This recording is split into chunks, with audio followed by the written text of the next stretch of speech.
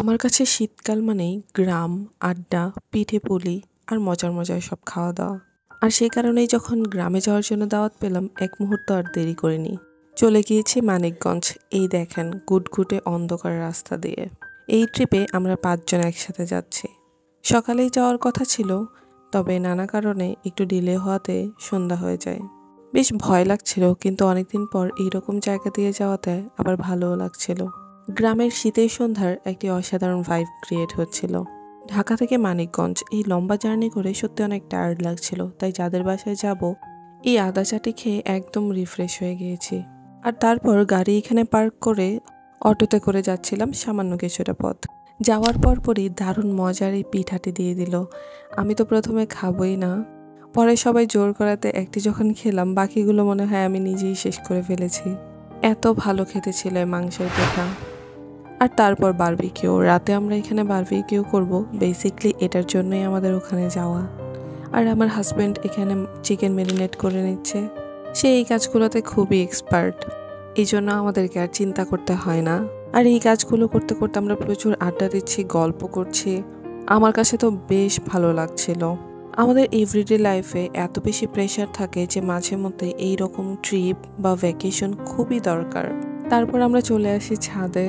ওনাদের বাসায় কিছু ইনস্ট্রুমেন্ট ছিল গানের জন্য। আমরা কিন্তু কেউই প্রফেশনাল সিঙ্গার না, তারপরেও প্রচুর মজা করলাম। এইভাবে মোটামুটি ঘন্টা ২ যাওয়ার পর আমরা এখানে বারবিকিউর জন্য প্রিপারেশন নিচ্ছি। এখানে বারবিকিউর প্রসেসিং চলছে। চারদিকে একদমই নির্জন শুনশান ছিল। এখানে খাবারের সময় আমার কিছু ফুটেজ নেওয়া ছিল, সামহাউ সেগুলো মিসিং হয়ে গেছে, আমি খুঁজে পাচ্ছি না। তাহলে আমি আরও ভালোভাবে দেখাতে পারতাম কত ভালো হয়েছিল এটি খেতে। অ্যান্ড দেন একটা ভালো ঘুম দেই। তারপরে এই হচ্ছে সকাল। এত সুন্দর কুয়াশা ভেজা সবজি ক্ষেত দেখে সকালটা সত্যি ভালো হয়ে গেল। আমি বহুদিন এরকম গ্রাম দেখি না। এখানে অনেক রকমের সবজি ছিল, আমি এগুলো সবগুলোর নামও বলতে পারবো না। আলু, সরিষা, আরও অনেক কিছু। আর আমার হাজব্যান্ড কিন্তু ঘুম থেকেই ওঠেনি, এত সুন্দর একটা সকাল মিস করেছে। অ্যান্ড দেন শুরু শীতের পিঠে পুলি। এই হচ্ছে দুধ চিতই।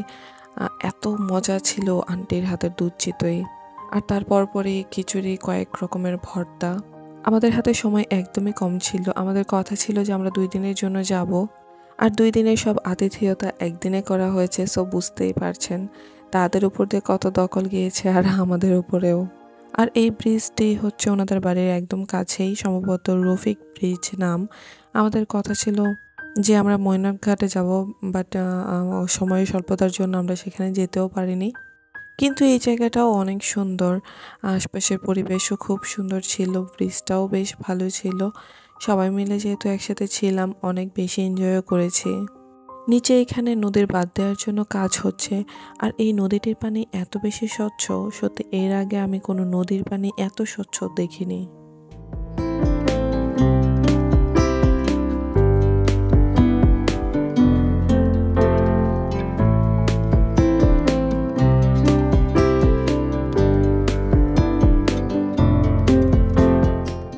উপরে অনেকক্ষণ স্পেন্ড করার পরে এই দিক দিয়ে নিচে এলাম।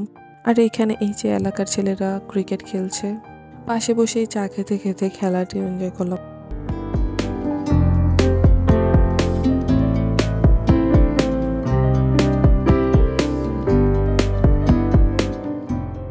এই হচ্ছে নদীর পাড়, কি দারুণ দেখতে, তাই না?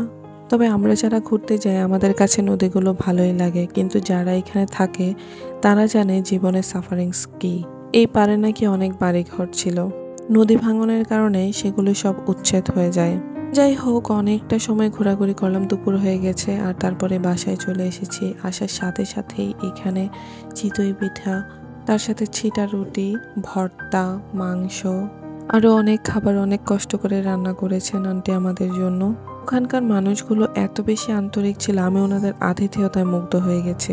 কিন্তু তাতেই বা কী করার, থেকে যাওয়ার তো উপায় নেই। আর সেই কারণেই নির্ধারিত সময় শেষ হওয়ার পর বাসায় চলে আসলাম। তো আপনাদের কার কার এরকম গ্রাম ভালো লাগে অবশ্যই জানিয়ে দেবেন কমেন্ট বক্সে। আর কথা হচ্ছে নেক্সট ব্লগে। সেই পর্যন্ত আল্লাহ হাফেজ।